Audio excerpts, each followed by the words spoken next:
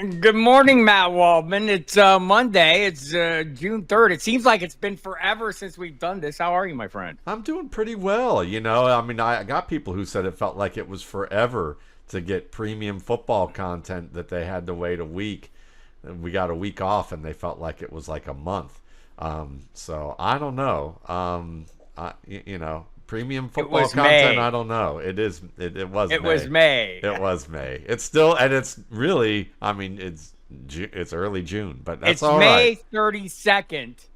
No, May 33rd. My bad. I May don't do math. 33rd. I like I May was 30. told there would Look, be we none. don't have March doesn't exist on this podcast, and we have a May 33rd. I kind of dig this realm that we're in. So for considering the time of the year, don't always get a ton of good news. We have like a lot of tidbits, but some actual news start today. And it was funny because I wrote my fantasy notebook at Football Guys, and I was talking about the Charlie Walters report from Pioneer Press. He's a columnist, but basically saying the buzz, there was buzz that the Vikings were trying to trade up to draft Malik Nabers, with the obvious counterpoint to that being they would trade Justin Jefferson.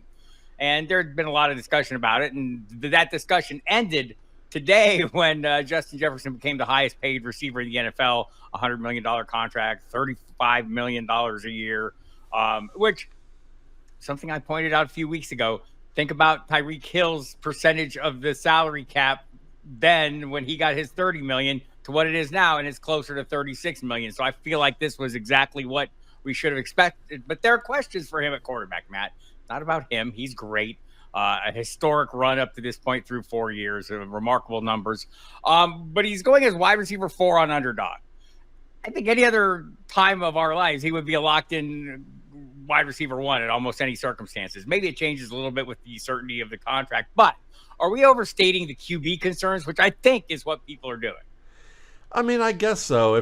But then I think about it, and I think when you talk about the top 5 to 6 receivers on the board, we're Right. we're really focusing in on the hair splitting at this We point. are. Now I'm glad you admit that, because over your right shoulder I see Justin Jefferson, plastered on the front page of a certain venerable publication that was that you've done for over 2 decades. So I would.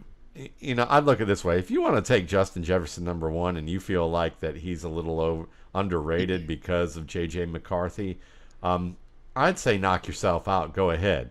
I just remember that Tyreek Hill had quite a year at age 29 last year. What, 1,800 yards? And he didn't even play a full season. And he was supposed to wreck this team. They weren't going to be able to find other talent. And Miami's kind of still in the thick of it. And we'll see about their defense. I guess that might be the concern, but still. It's not, I'm totally feeling Jefferson here, and I do think I've been the guy who's been telling people here since last year less than ideal quarterback situations don't necessarily turn into limiting factors for really great wide receivers. Like even horrible offenses aren't. Or we can look no further than Adam Thielen last year, 100 plus catches, wide receiver 18 finish, playing in statistically points scored wise. The worst offense in the NFL, tied with the Patriots for the worst scoring offense. Bryce Young threw 11 touchdowns, so production can happen. And I'll also note Justin Jefferson over the last month when he returned from the injury last year, playing with Josh Dobbs, Jaron Hall, and Nick Mullins, was wide receiver 3 in per week average scoring. So he's going to be right. I mean, up look, there. Mike Evans had Baker Mayfield. No, I'm kidding. No, but but I think Devontae that's the Adams. point, Devontae Adams is a great point too. He's the number 10 receiver. And over 30. He went over the cliff, and he's still top 10. I think what we need to realize, though, is the quarterback situations are our perception of the quarterback situations, right? You highlighted it with the Mayfield point. I can go back 2 years ago. We all thought Geno Smith was going to be horrible, right? And so then here comes Mike or DK Metcalf and Tyler Lockett, both top 15 seasons and a comeback of the year season. So don't overstate the case. Like, I realize not every quarterback's going to have comeback of the year numbers, but I do think we put a little more emphasis on it than we need to. It's more a mental thing than an actual thing. Look, I'm not pretending guys on horrible offenses are the best thing in the world.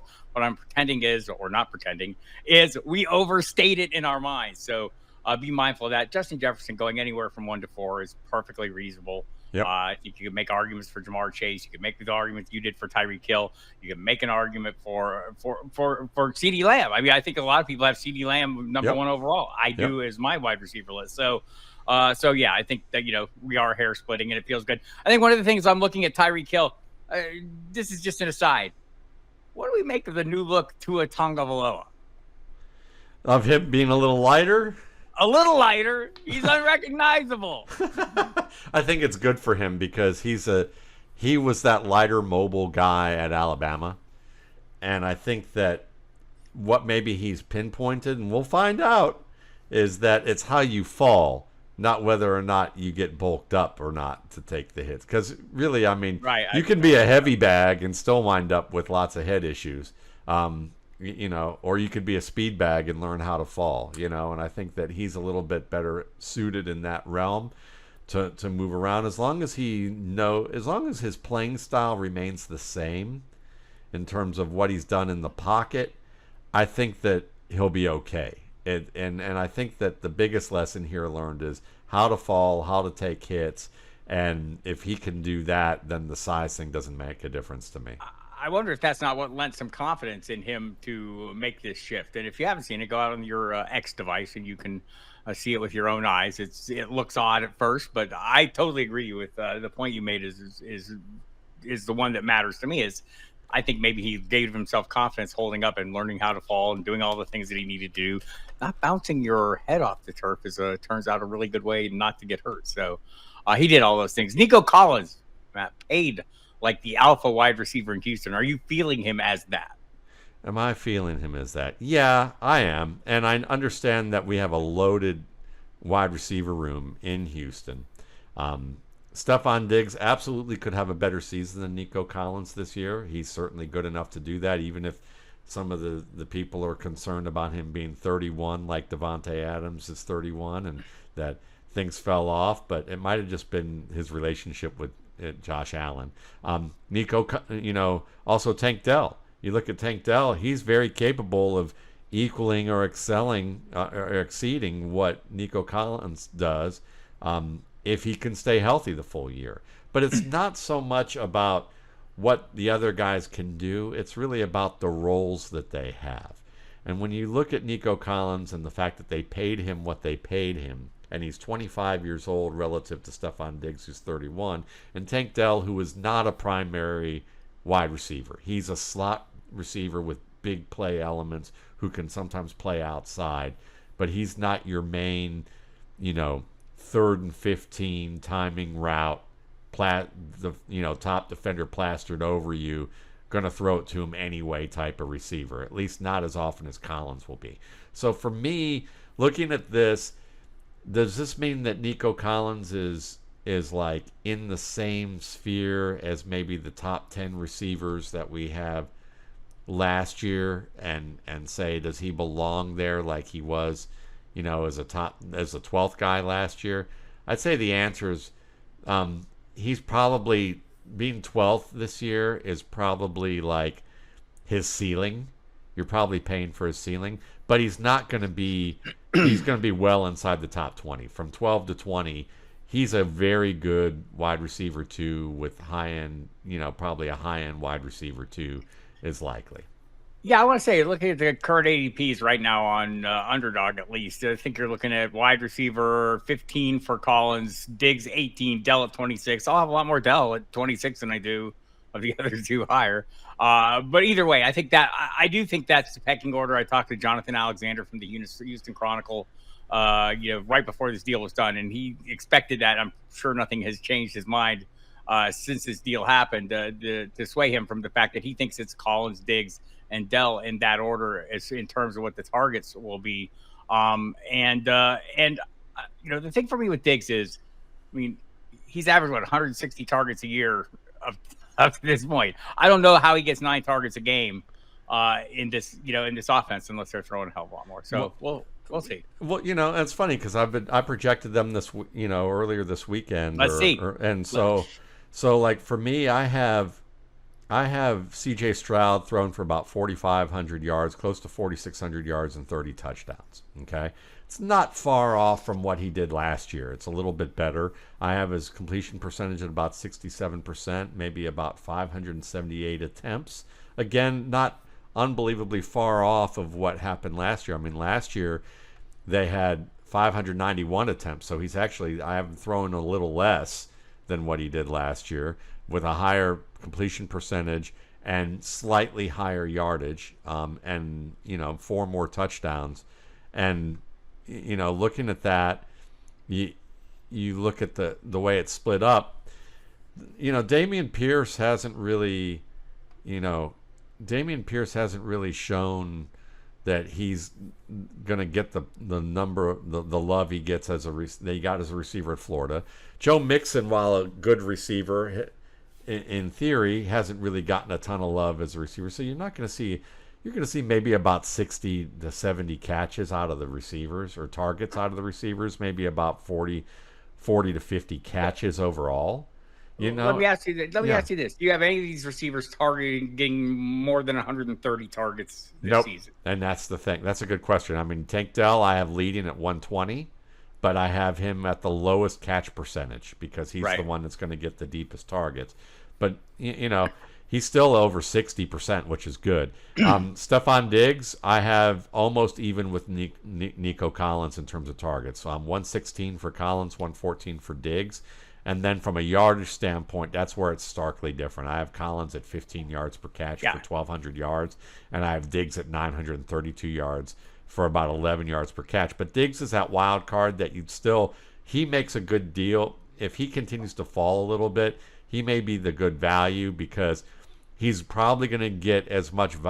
I don't see him losing volume and going the way of Robert Woods, like falling down. I agree. His career going down.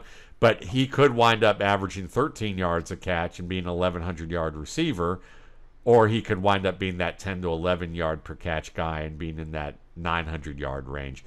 Touchdowns-wise, I've got to give Diggs more touchdowns. Like right now, like looking at that, I had Dell at 10 and Nico Collins at 8, and I think I just screwed this up and had Diggs at 1. I would probably say that I would probably put at Dank Dell at probably 7, and probably give Diggs about 4 touchdowns. And 2 things. You're welcome. Also, yeah. I think something you said in that is what people should be watching for is this is one of those great places where you've got enough ambiguity and a group of players and enough upside in all 3 to take the cheapest piece and cash in on maybe more certain opportunities or what you perceive to be certain opportunities at the higher draft picks. And just a note for the diehards on listening to this show is that at the end of the day, when you're in deeper drafts or looking at the waiver wire, people are going to forget about Noah Brown now.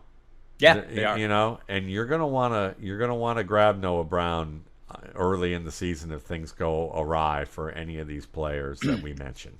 I keep trying to figure out ways to grab him in best balls. It was my lottery ticket pick. There's just so many picks lasting into that 20th, 18th, 19th, 20th round. Yeah. I have 0 shares of him so far, and I think that's a great point. Definitely grab a share of him. He's an injury away from. We saw it last year, right? Not everyone was healthy every week. It seemed like every week someone was missing a game, and somebody would rotate up, and Noah Brown is right there on the edge of that rotation. Jaylen Waddle, wide receiver 17.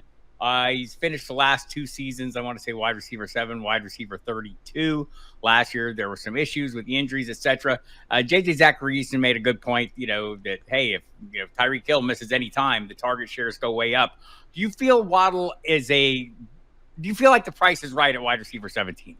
Yeah, it's a great price for him. I would take him as a top 15 receiver pretty much any year. Even in the wide receiver 32 year that he was, I would have considered him a top 15 receiver as in terms of because of his potential and his skill set. And I have him for 109 targets, 75 receptions, a little over 1,000 yards and 5 touchdowns. And that doesn't sound like amazing, but that's the threshold for top 15. I would say, for the most part. And considering that you have a 1,700-yard receiver or 1,800-yard receiver in Tyreek Hill, and then Odell Beckham's in the crew, in the past 2 years, he's had at least, 50, 60 targets, over the past 2 years, and giving you about 400 or 500 yards worth of offense. Beckham still may be in line to do that. But you just got to remember, with the Miami Dolphins, they don't really have a tight end. They don't really throw to the tight end as much as people talk about. Jonnu Smith is there. He had a good year last year. Maybe he can give you another 200 or 300 yards. But I honestly think that it would be wise. You can get Jonnu Smith off waivers most likely, or late in drafts, and take a very chance. late. Yeah. And someone who's drafting him a lot, just thinking the speed fits, and maybe that, again, a lottery ticket kind of player, And if you miss on him, but you just say, you know what, I'll get a tight end in free agency, take Malik Washington at the end of a 20-round draft, because he could wind up being the third receiver, especially if any one of the first three in Hill, Waddle, and Beckham, who are kind of high twitch, tweaked up guys who could get hurt, Malik Washington could be one of those sneaky rookies who gives you a Jalen Reed type of season with the right opportunity, because he has the skills to exploit that. I'm tweaking my rankings as we talk, by the way. Just like I want to say, I have Waddle at 19, right, and I'm fine with that. I did a video. If you go to the Football Guys YouTube, the Audibles page, you'll find it there every week. It's a kind of a top 10 headlines, but I kind of work on the values of these players. And my comment was basically, like, I like Waddle. I'm perfectly fine having him. There are players I like in that price range, maybe a little more. I think if Mike Evans is sitting there and the choice is between Mike Evans and Jaylen Waddle, and you find it a lot, or I see it a lot, I'm probably going to have more Mike Evans than I do Jaylen Waddle by the time things over. But there are other players I like maybe a little better as well, including Devonta Smith.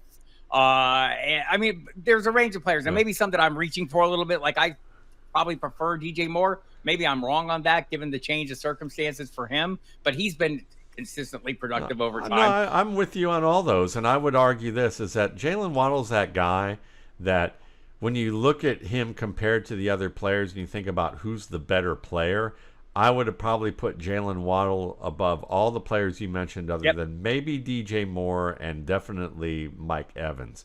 But in terms of role, Waddle isn't that guy right now. But if Tyreek, like JJ said, or when Tyreek Hill retires, and if he retires in the next year or two, Jaylen Waddle could have a year or two where he's a 1,500-yard receiver.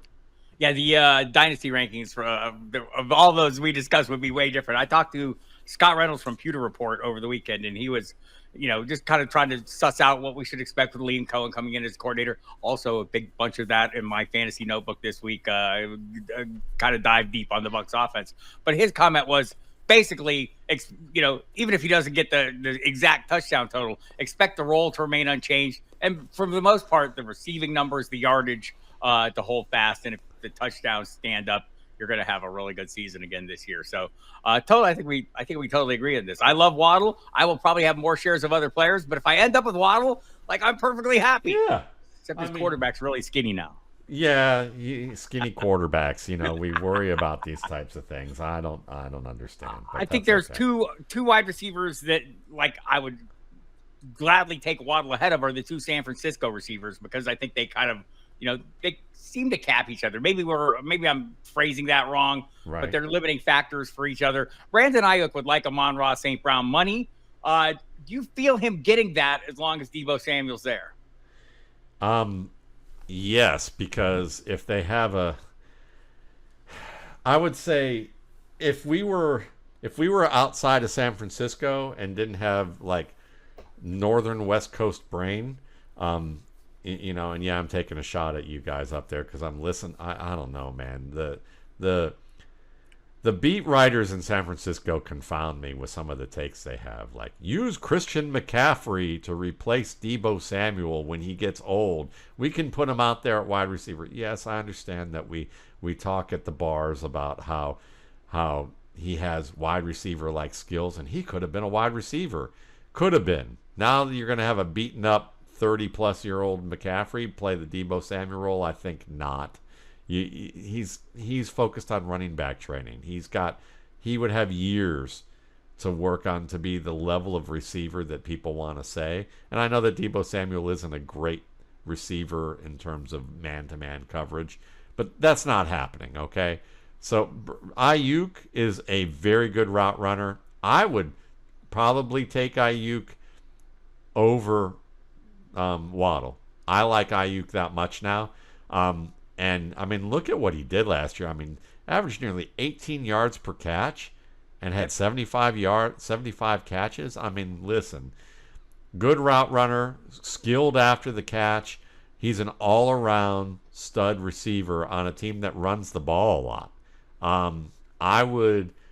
I think that you're not buying him at his ceiling. I think he's really at his kind of his median point right here at wide receiver 13.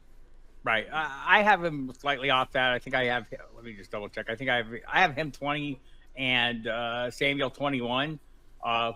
Right after Jaylen Waddle. I think that's 19, 20, 21. But if one of those guys from San Francisco is going to break out and have a consistently higher end season, Deebo Samuel will have the spike weeks. I think it is Brandon Aiyuk. I agree with you on the things you said about him as being like. Don't forget how they drafted him, right?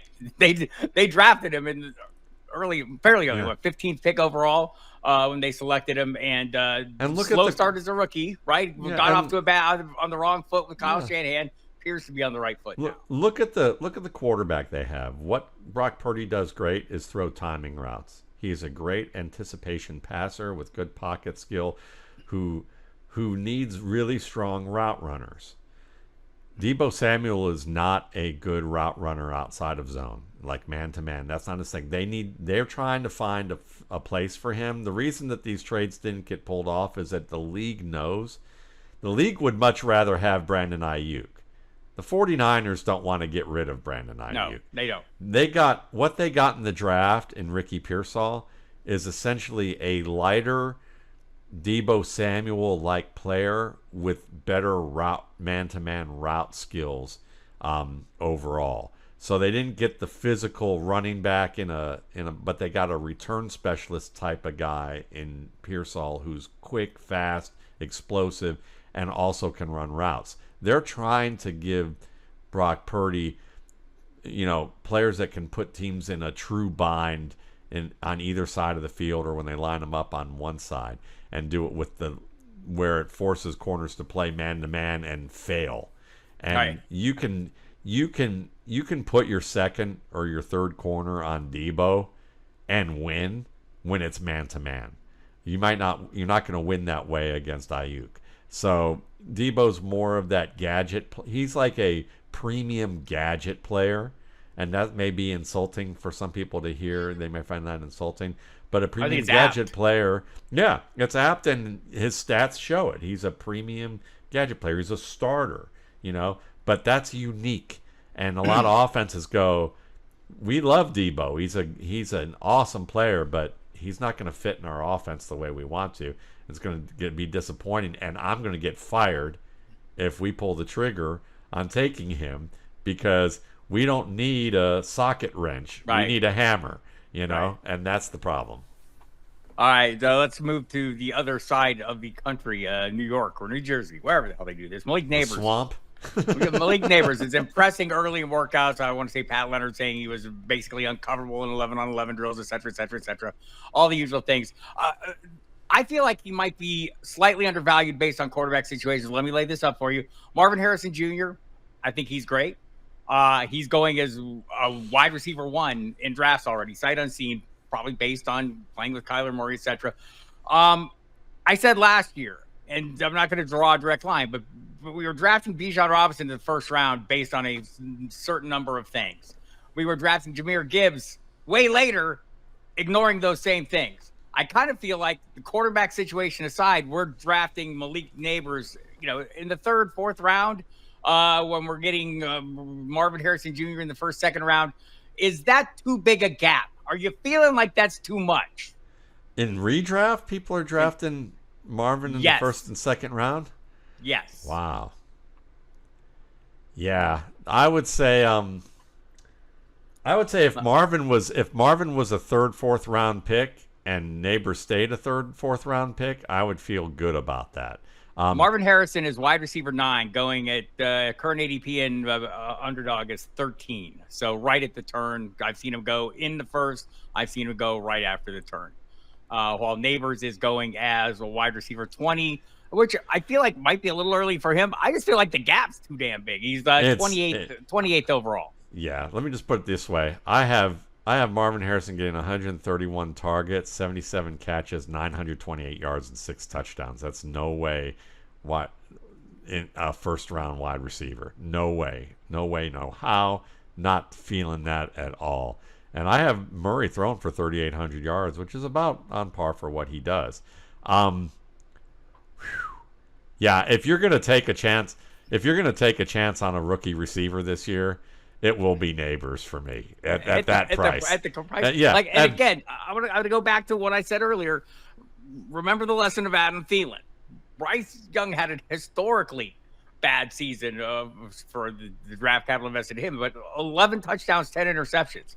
We still had a wide receiver 18 season from an aging veteran who is not great at separation. Yeah. All the things that Malik Nabers does well, I don't know that Adam Thielen does any of those things well, like making plays on his own and gaining separation, all those things. So, yeah, the difference is obvious. Like we were getting Adam Thielen as a wide receiver 5 or 6 last year, right? And so the huge upswing or 7, not in my league, but the huge upswing there for Nabers. I mean, there's obviously not the same chance for him to outperform expectations, but if I can get him as a wide receiver 3, if I'm drafting 3 receivers starting out a game and going for upside in a best ball, I'm not against that. No, not remotely. I mean, Malik Nabers is the best wide receiver in this class. I don't think it's even close. From my perspective, I've been feeling that way since about November. So, I'm game. I mean, look, I thought A.J. Brown was the best fit of a wide receiver as a rookie, and he was. I thought Justin Jefferson had a great fit in Minnesota when people said it wasn't, and it was. So, I mean, Nabers to me, I mean, he's more, like you said, he's more equipped to handle the primary coverage than I think Marvin Harrison is. Harrison will be good, but I don't think he'll be great right away. I think Malik Nabers has a chance to be great right away. So, yeah, if you're going to take a chance on a guy in the 3rd or 4th round as a rookie hitting it big, while I bet there'll be other players when I start finishing up my rankings this week that I may say he may not be worth it there. Relative to just Harrison in a vacuum, I'd take him over Harrison 10 times out of 9. I don't want to overstate my case here, but I think we can set that aside by saying Matt Waldman feels like Bob Harris is fucking right on that. All right. Moving on. DeAndre Swift feels like he's walked into a great situation in Chicago. Is he right? Yes, he is. Now, whether he'll be able to do something with it to the level that they may expect out of him, we'll see. But I think he's looking around at Caleb Williams and how good Williams is on and off structure, how strong this receiving core is, and the fact that they have 2 other backs who can tote the ball between the tackles. Swift is going to be that dump-off option, that screen guy, the space player. I think he feels pretty good about what he's seeing here, and he's excited, and he has every right to be. Now, in terms of how that translates to fantasy, I would say that Swift's going to be the 2nd leading rusher, but not by much in that trio of backs. I'd say he's going to be slightly above Rashawn Johnson. I still think Khalil Herbert may continue to outplay him as a runner between the tackles. And then he'll be the receiving leader. But is it going to be very hard for Khalil Herbert to best him when he's traded to Dallas? That's all I'm saying. Which cast? There you go. I like that idea. But yeah. By the way, is going in the seventh-ish round in best ball. He's running back 22, slightly ahead of Najee Harris, Jonathan Brooks, Jaylen Warren, Zach Moss, James Conner. Should he be ahead of all those guys? No. I don't think None of them. I listen, I have Swift at about 800 yards of offense. And let's remember the Bears' offensive line still isn't unbelievably strong. And look at what Swift did with 2 great offensive lines behind him. That offensive line's dropping off. So, I don't. I think that this is one that you're hoping your competition takes DeAndre Swift, and you take all those other backs or wide receivers that are available there, because it's going to be a trio, I think. And if it isn't, Rashawn Johnson's going to be the better deal. So let's move on to Baltimore, where we both love Derrick Henry. He's fallen into a good spot. Todd Monken said last week Henry is viewed as a closer, and he said if Henry carries it 300 times, that it would be having the Ravens would be having a hell of a year. Well, there's having a hell of a year because would be 20 carries more than the 280 he led the league with last year. How robust a role are you feeling for Derrick Henry in an offense that had, I believe, the most running back carries in the NFL last year? Yeah, I mean the Ravens, when you look at their 2-year average, 358 attempts for their runners, and then last year they had 364. Now I think the Lions bested them there, if I recall, and I would also say maybe the Rams were pretty high up on that list, but it's pretty high company. So they're gonna have a very good year. Now I think 280 or 300 is within the realm of possibility. But it's not what you're buying them at. But I have them projected for 250 and knocking on the door of 1,300 yards and getting somewhere, knocking on the door of 15 touchdowns. I'd say that's a pretty good year. I mean, and that's standard Derrick Henry for you. So I'm totally fine with, because who else do they have? I mean, Rasheen Ali is going to get some rookie love from some people and Keaton Mitchell's still recovering from his injury. Justice Hill is back from an injury, but none of those guys. Chris Collier is an interesting guy to remember maybe as camp goes on. None of those guys scream to me, we don't need a free agent if Derrick Henry gets hurt.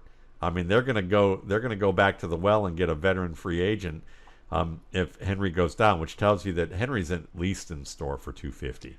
Yeah, that's kind of the range I'm expecting. If he hit that 280, wouldn't surprise me. I don't think the Baltimore Ravens have any concerns about overuse here. This was not a long-term acquisition. No. He's in his third year, 30 They're season. They're going to run him until the feathers come off. Exactly. Yeah. I like that. So you're not getting a value on him anymore. He was a value previously in the best ball drafts. He's now going at running back 9, about where I would expect him to finish.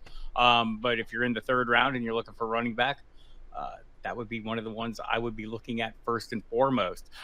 Christian Watson is apparently figured out the issues that were causing him problems. There's an imbalance in the muscle mass of his legs. They think that imbalance is what's caused, and it was pretty notable. I think if you break down numbers, I don't want to get bogged down in the details too much, but it was a pretty notable difference between the mass in his left and right quads, and they think that was caused the high hamstring injuries. All that aside, a healthy Christian Watson is your wide receiver 4. Wide receiver 4 for your fantasy or wide receiver? For your fantasy team. I could see it. It's risky. I'll put it that way. He may be wide receiver 4 on his team. And that's the thing. It's possible. It's very possible. And this is a cloudy situation. This is a situation where I would say you could probably it's going to be best to take a chance on the guy who's the most well-known and the most solid and the highest priced, which is probably Jaden Reed. Am I right? He's probably the highest priced guy. Yeah, he's the highest priced. He's the guy that he's the only guy you're going to want to invest in who's going to be worth his value, and the others are a little riskier. Because Dontavian Wicks is a fun, hot name right now, and I like him as a player. And I think he could easily be wide receiver 2 for this team, and be a close wide receiver 1. But when you look at what you're looking at here, when you're looking at projections, the reason why you want to do them and why they're worthwhile is that you look at Jordan Love and you see what it's basically does the rug match the drapes kind of thing. It's like a Jordan Love 4,200 yards maybe as a passer. If you put him at 4,500, you're still looking at 300 yards split between 4 receivers and maybe 2 tight ends, as well as a good receiving back in Josh Jacobs and A.J. Dillon, who's no slouch. So it's really not a lot to spread around, bumping him up by 300 yards and putting him in that range where he could be a top 5 guy.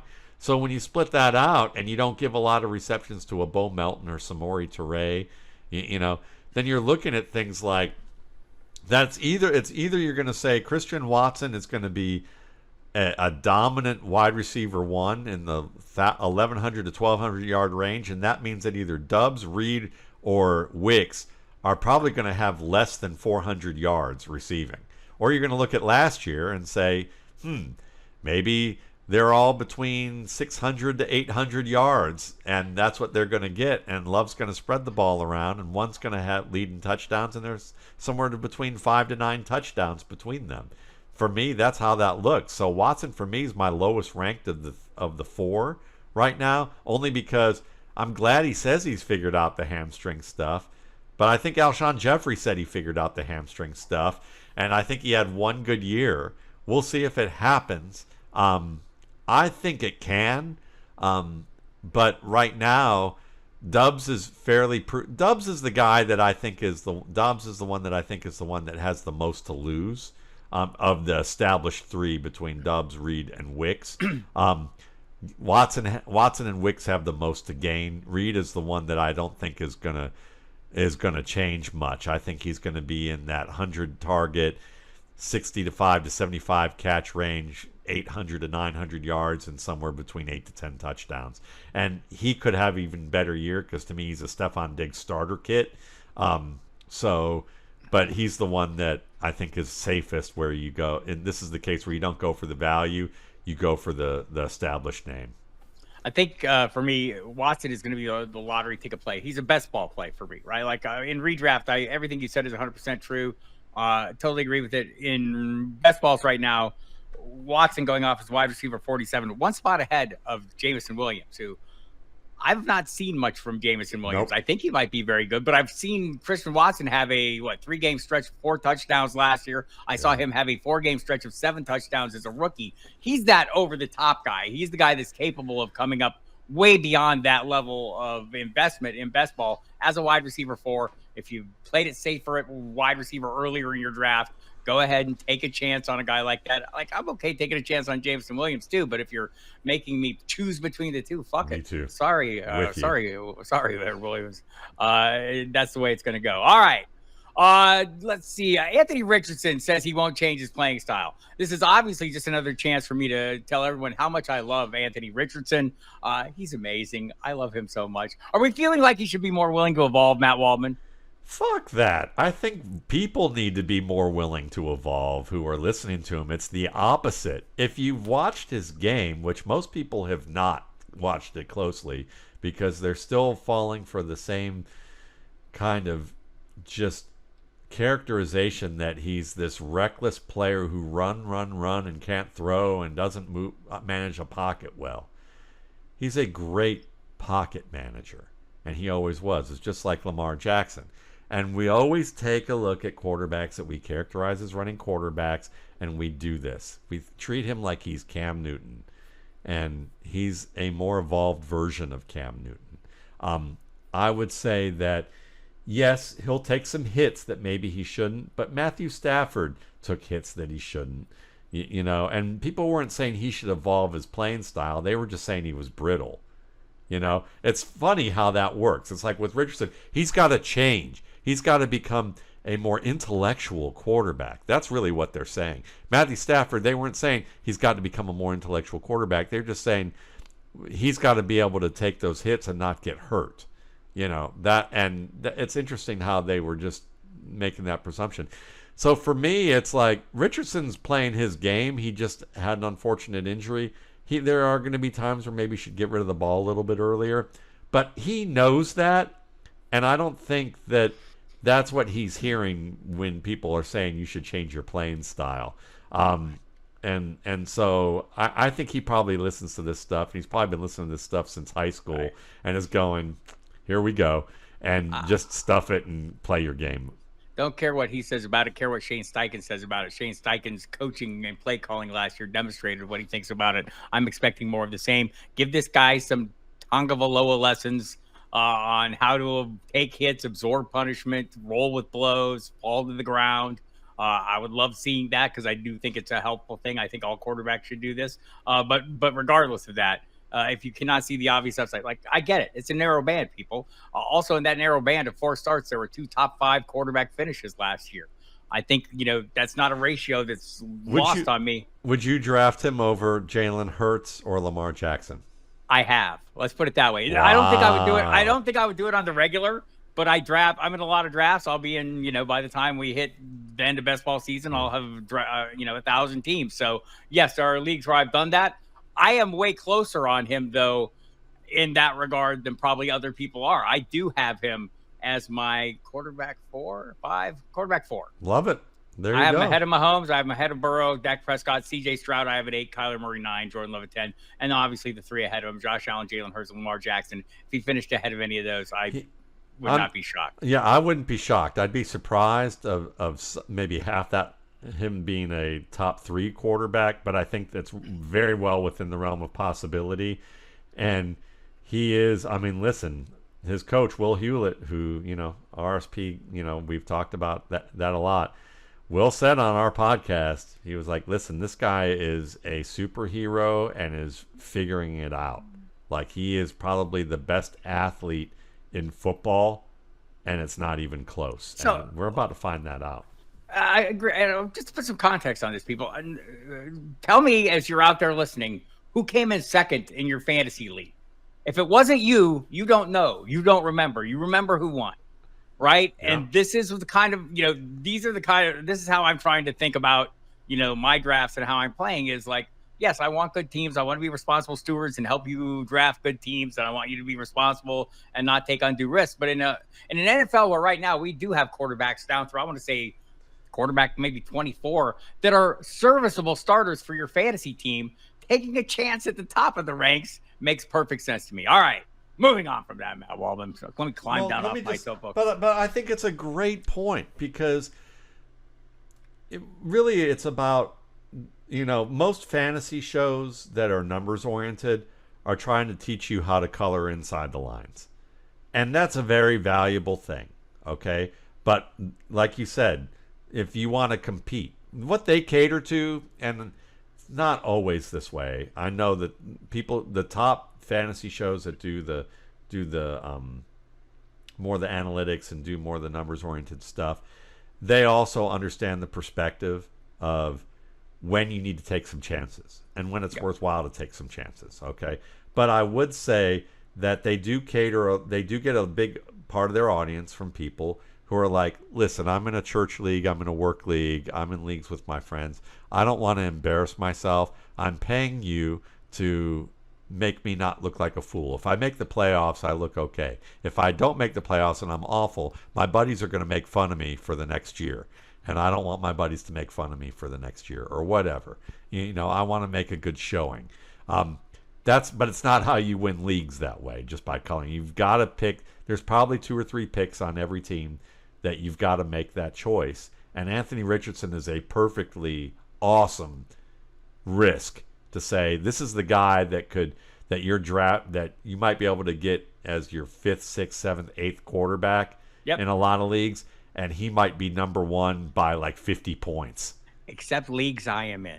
He's not lasting that long, people. And look, I've driven this. Like we see this. I have people who listen to me on the radio. You can listen to me too. Sirius XM Fantasy Sports Radio. I'm on every Saturday right now. That'll bump up as the season draws nearer in July and whatnot. But people who listen to me regularly, and I'm drafting in leagues with them, they know what's going to happen. You see him going a little earlier in those drafts for that reason. I do think everything Matt said is 100% correct. Like, I get it. If you want to be, that guy who is competitive every year, or if you're building in a long-term dynasty, get Anthony Richardson to do that, by the way. Yep. But I traded my 1 overall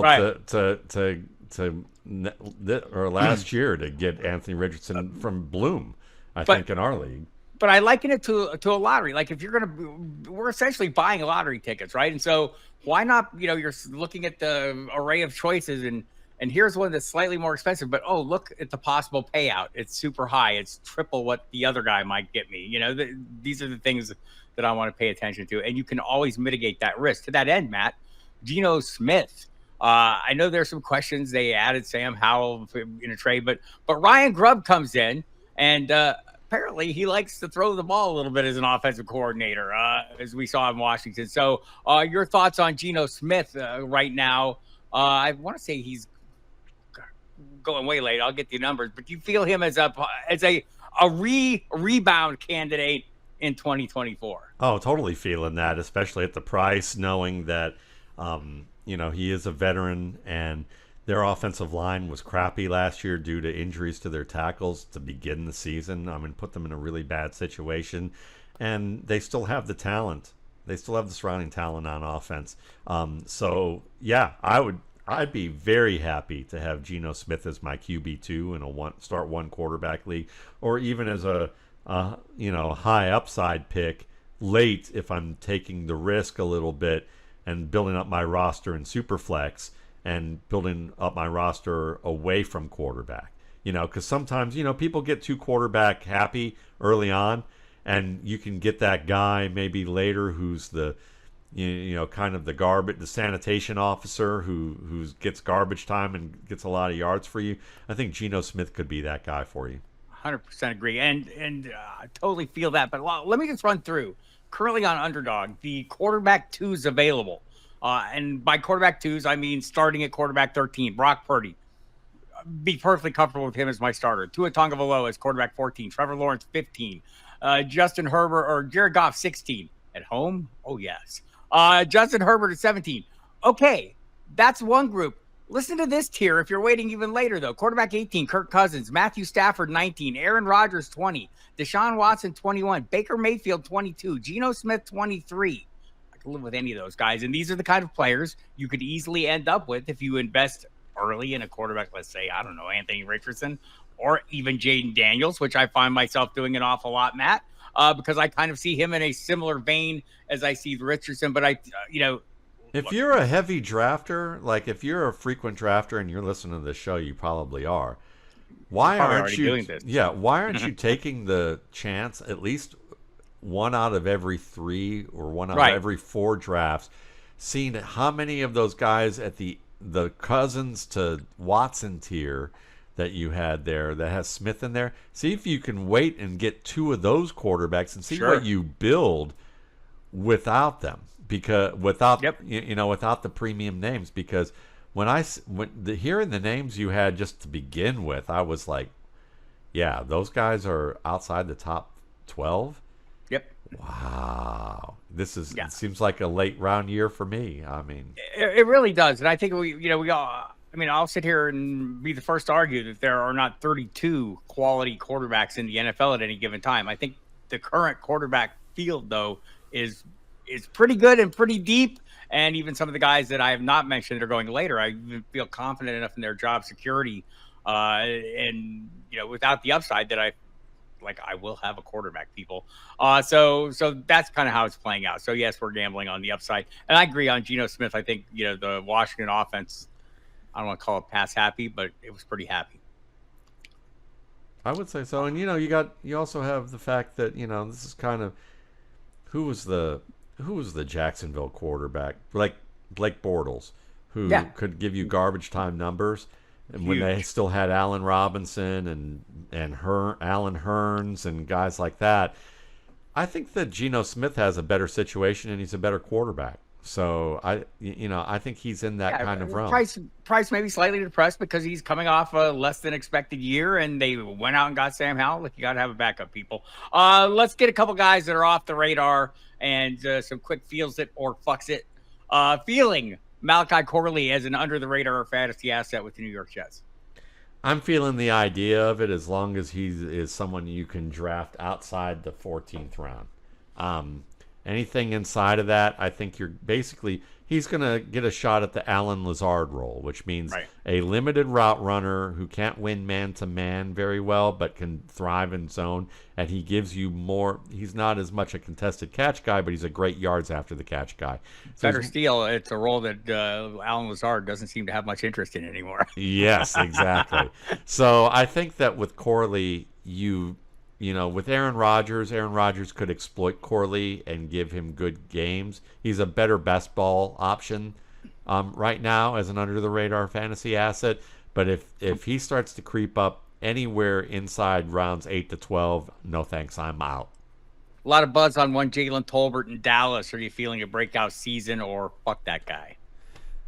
Fuck that idea. I mean, I think he has some talent, but I think he's taken an incremental step as opposed to a huge step. Because with CeeDee Lamb and Brandon Cooks and Jake Ferguson, that's your top three. And Ezekiel Elliott had a good bit of receiving yards last year for the Patriots at the running back position.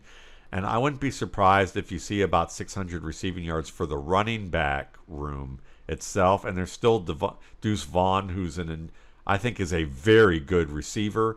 They might exploit him and Rico Dowdle a little bit more at the receiving as receiving backs. So Tolbert to me is more of like 450, 500 yards, somewhere between 35, 45 receptions. I'm not looking at him being a 60 to 80 catch guy unless Cooks or Lamb go down and they have to force feed him. And even then, he's going to be a little bit more up and down. All right, there we have it. That's it for us this week. We have felt and fucked our way through another Monday. We shall do that again at some point. Like, I don't know, maybe next week, the 10th of June, which will still be June. It'll be less Mayish. May 42nd? I don't know. May 42nd. Let's May go. 42nd, All right, Matt Waldman. Love you. Have a great Love day. You too. Bye.